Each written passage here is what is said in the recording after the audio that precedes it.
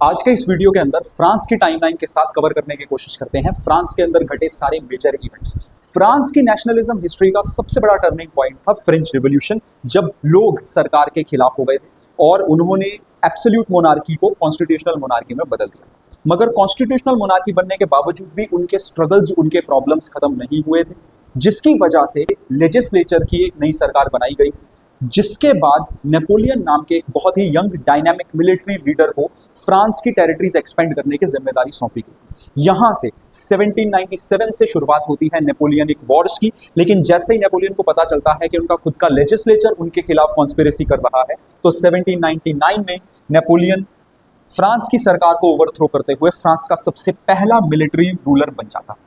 और ठीक 5 साल बाद यानी कि 1804 में नेपोलियन इंट्रोड्यूस करता है अपने लाए हुए rules and regulations, Napoleonic code, which is also known as civil code.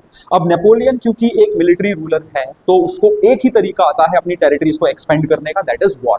तो नेपोलियन आसपास की टेरिटरीज के साथ वॉर, आसपास की कंट्रीज के साथ वॉर लड़ता है, अपनी टेरिटरीज को एक्सपेंड करता है, उनके रिसोर्सेज को हथियाता है और अपना डेवलपमेंट करता है। इस दौरान नेपोलियन ने फ्रांस का बहुत ज्यादा डेवलपमेंट किया, फ्रांस की आर्मी को बहुत ज्यादा एक्सपेंड किया, इसी के साथ साथ बहुत सारे दुश्मन भी बना लिए। अब नेपोलियन के सारे दुश्मन एक साथ आ जाते हैं और 1815 में नेपोलियन के साथ बैटल ऑफ वाटरलू में शामिल होते हैं।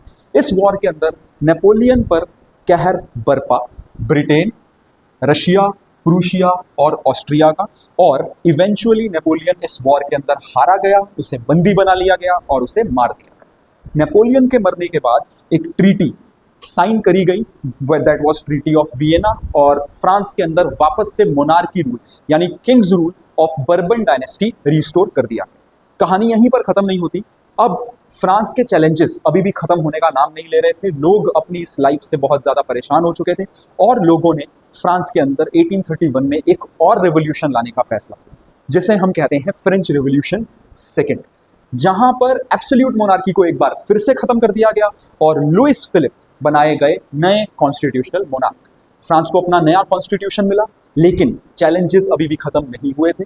फ्रांस अभी भी हंगर और हार्डशिप्स से जूझ रहा था, जिसकी वजह से फ्रांस के लोग अब बगावत पर उतर आए थे, रिवोल्ट पर उतर आए।